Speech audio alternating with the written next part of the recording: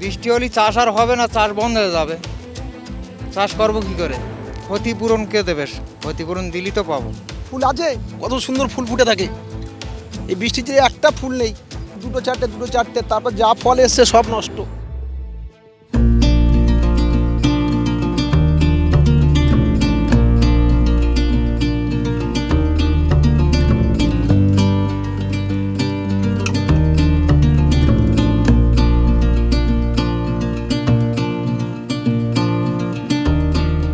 নমস্কার, দেখছেন খেতে প্রান্তরে, আমি পায়েল।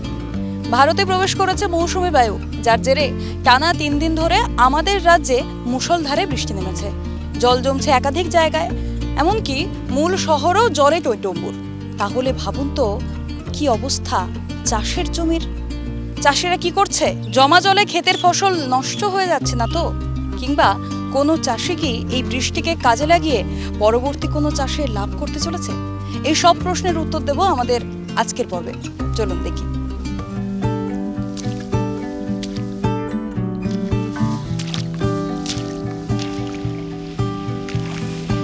এই যে টানা বৃষ্টি কয়েকদিন ধরে হয়েই চলেছে, চাষের কেমন কি হচ্ছে? চাষের এখন ক্ষতি হচ্ছে প্রচণ্ড হারে। বৃষ্টি হচ্ছে যে পচে যাচ্ছে ফলগুলো, ফল ঝরে যাচ্ছে বা পচে যাচ্ছে। কি চাষ করছেন আপনি? আমি ধান চাষ করছি। তা ধান চাষ করে তোমার সে বীজ ধান ফেলেছি কিনে, সে ধান সব কলা এসে ফেলেছি, সব বৃষ্টিতেই সব নষ্ট হয়ে যাচ্ছে। ক্ষতি করছে। তারা পাট চাষ করেছি, পাট চাষও শুয়ে পড়তেছে বৃষ্টির ঠেলায়। হ্যাঁ, কোনো কিছু ভালো হচ্ছে না। চলুন, ওই পাট রয়েছে, তারপর সব ধারে ধান ফেলেছি। আজ 3 দিন ধান ফেলেছি, 3 দিন সব ধান তোমার বৃষ্টি তো থামছেই না একেবারে। না, সব তোমার পচে যাচ্ছে কলা। হ্যাঁ,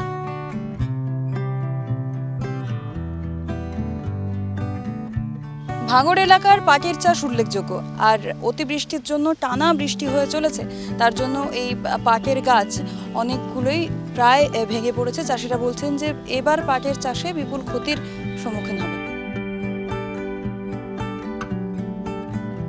পাট তো পুরো যদি এবারে হাওয়া মারে তো পুরো শুয়ে পড়বে, পুরো ক্ষতি হয়ে যাবে। হ্যাঁ, তোমারকে তখন 5 জনের জায়গায় 10 জনা লাগবে তোমারকে কাটতি তুলতি, তাতে বহুত টাকা লস হয়ে যাবে, বেকার কাটা হয়ে যাবে। হ্যাঁ, সব লস হয়ে এটা যাবে। তো এখনো তো পরিণত হয়নি, তো এটা তো মোটা হতে সময় লাগবে। তো আর যদি তোমারকে হাওয়া মারে পুরো একদম তো শুয়ে পড়বে, পাট কাতেও থাকবে। এখন অল্প জলে তোমারকে পাট শুয়ে পড়তেছে, আর এর বড় হলি তো আরো শুয়ে পড়বে।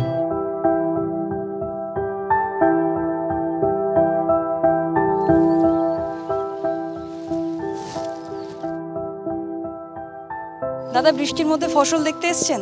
দেখতে এসছি দিদিভাই, কিন্তু এই যা বৃষ্টির জেরে আমাদের এই তো জলা জমি একটু খুব একটা উঁচু জমি নয়, তার জেরে যা এই বৃষ্টির জেরে নষ্ট হচ্ছে। আর কি দেখবো, চাষিদের তো মাথায় হাত। কিসের ক্ষেত আপনার? এই শশা ক্ষেত আছে। শশা তো এখনো হয়নি, কিন্তু প্রচুর ফুল এসেছে। এখান থেকে তো প্রচুর শশা হতো। ফুল এসে হতো, কিন্তু এই বৃষ্টির জেরে সব পচে যাচ্ছে। জালিও নেই, ফুল যা উঠছে আপনি দেখেন। ফুল আছে, কত সুন্দর ফুল ফুটে থাকে। এই বৃষ্টির জেরে একটা ফুল নেই, দুটো চারটে, তারপর যা ফল এসছে সব নষ্ট।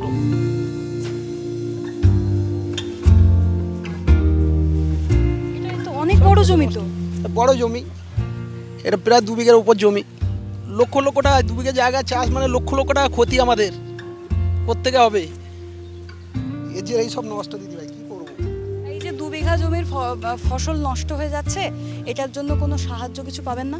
সাহায্য সরকার যদি কোনোদিন করে, যদি এসে দেখে, সরকার যদি দেখে, যদি কোনোদিন করে পাবো। এর আগে পেয়েছেন কখন?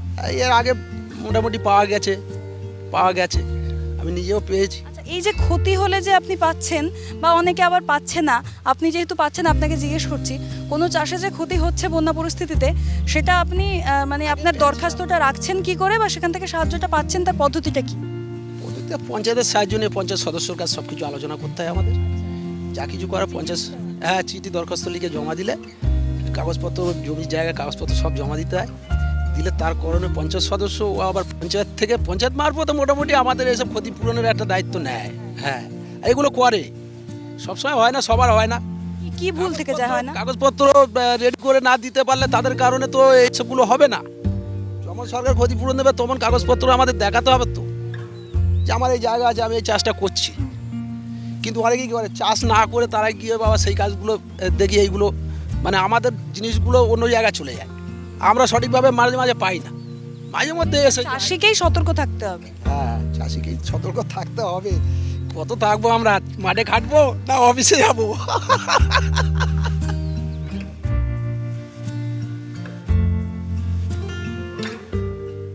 বিঘের পর বিঘে জমির ফসল নষ্ট হয়ে যাওয়ার চিত্র দেখছি, যেখানে চাষিদের ক্ষতি হচ্ছে প্রায় লক্ষ লক্ষ টাকা। কিন্তু একজনের সাথে কথা বলে শুনলাম যে চাষের ক্ষতি হলে সাহায্যর পথও রয়েছে, কিন্তু চাষিদের হতে হবে সতর্ক, কাগজপত্রের মধ্যে থাকতে হবে স্বচ্ছতা এবং একটু দৌড়ঝাঁপ তো করতেই হবে। তাহলেই কিন্তু যেই জমির ফসলটা নষ্ট হচ্ছে তার মোটামুটি একটা ক্ষতিপূরণ পাওয়া যেতে পারে হয়তো।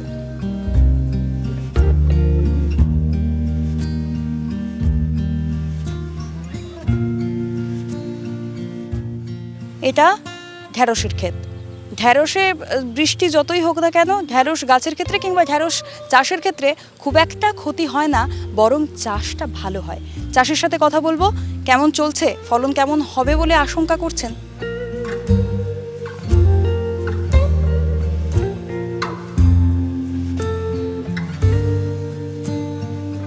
দাদা একটু এদিকে আসুন,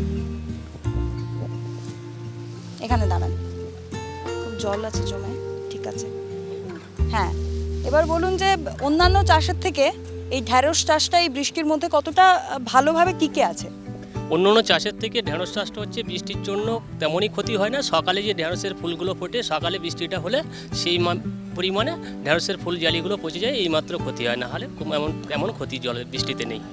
মানে সারা রাত যখন টানা বৃষ্টি হচ্ছে তখন কৃষকদের মনে একটা ভয় থাকে যে সকালে উঠে দেখবো জমিটা হয়তো ডুবে গেছে, এই ভয়ে হয়তো রাতে ঘুমও আসে না, সেই চিন্তাটা থেকে আপনি মোটামুটি দূরে আছেন, তাই তো? হ্যাঁ, ঢেঁড়স চাষের ক্ষেত্রে ওইগুলো আমাদের কোনো ভয় কারণ থাকে না। অন্য মানে সবজি চাষের যেমন শশা চাষ, উচ্ছে চাষ, করলা, এই সমস্ত চাষের উপরে ক্ষতিগ্রস্ত হতে পারে হয়।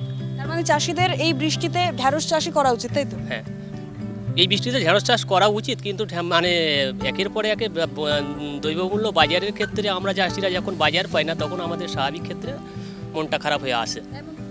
হ্যাঁ, ফলন মোটামুটি ভালো, খারাপ নয়। এখন বৃষ্টির জন্য বাজারে ভালোই দাম আছে, কিন্তু এর আগে দাম ছিল না, চাষিরা মোটেই পয়সা পায়নি। এখন 200 টাকা, 150 টাকা, 250 টাকা অলরেডি বাজার চলছে, 100 টাকা, 20 টাকা বাজার অলরেডি চলছে। শুনলাম বর্ষাকালে বৃষ্টি হবেই এবং এই বৃষ্টির জন্য সবার প্রথমেই জলটা জমে যায় ক্ষেতের জমিতে।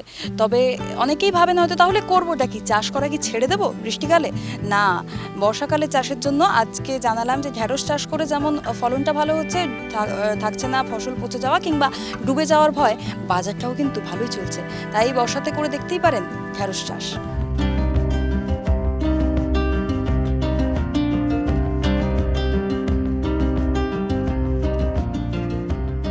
আরও একটি চাষ আছে যেটাকে প্রধান চাষ বলতে পারি, ধানের চাষ।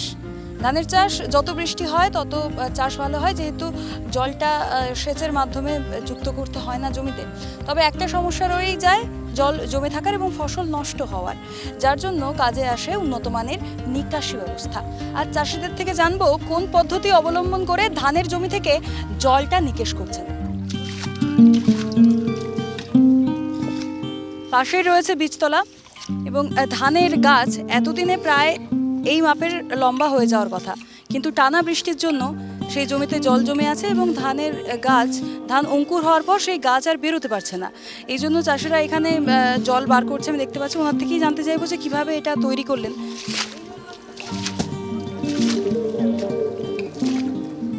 এই যে বীজতলাটা তৈরি করা হয়, তখন তোমাকে জল কিনে এলে তোমাকে বীজতলা তৈরি করা আছে। বীজতলা তৈরি করে কমপ্লিট করে এবার কলা এসে গেছে ধানে, এবার ধান ফেলা এসে, ফেলার পরের দিনতে ছিন্নে ফেলিছে, ওই দিনতে বৃষ্টি, তা এবার কলা সব বৃষ্টিতেই সব পচে যাচ্ছে, আর বীজ ফুটে বেরোচ্ছে না।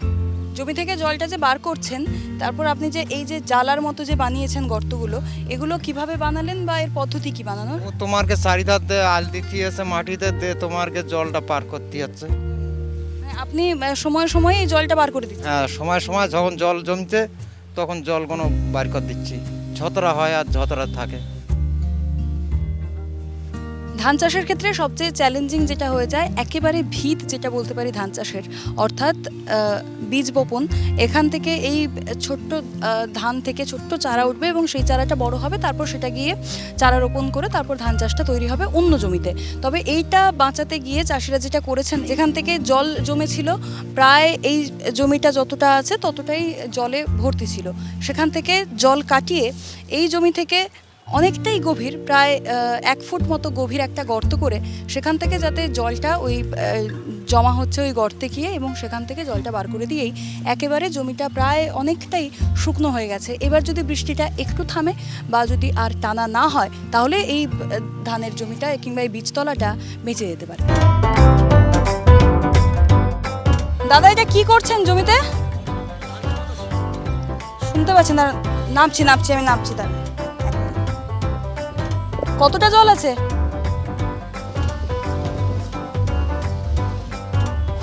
এবার নামতে হবে জলে, দেখবো কি হচ্ছে।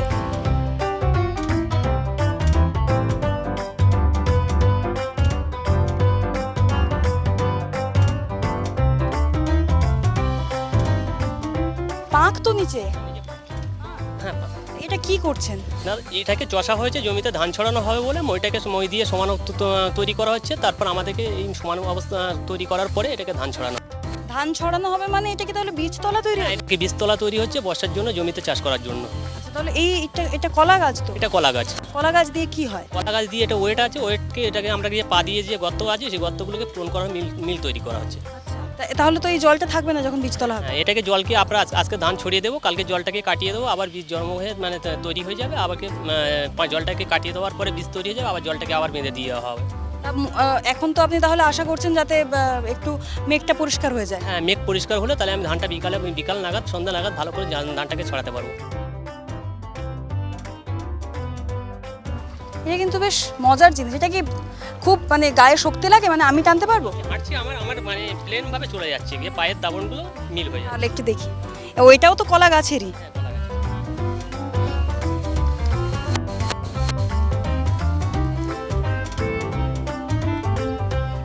দু হাত লাগাতে হবে।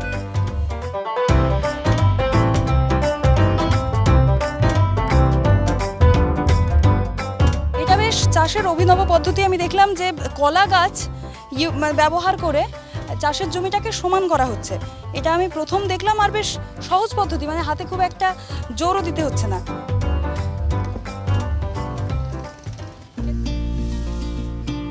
বর্ষার চাষ কিংবা বর্ষা বাঁচিয়ে চাষ এতক্ষণ ধরে দেখাচ্ছিলাম, আর এর মধ্যেই বৃষ্টিটা একটু ধরেছে। এবার আশা করতে পারি যদি বৃষ্টিটা থেমে যায় তাহলে যাদের ফসলের ক্ষতি হচ্ছে তাদের অনেকটা উপকার হবে। আর এতক্ষণ ধরে আমরা দেখালাম যে চাষের কি কি ক্ষতি হচ্ছে কিংবা কোন কোন চাষের আবার বৃষ্টির জন্য উপকার হচ্ছে। এভাবেই চাষের বিভিন্ন খবর দেখার জন্য চোখ রাখুন খেতে প্রান্তরে। ক্যামেরায় সুরজিতের সঙ্গে পায়েল রায়, ক্যালকাটা নিউজ।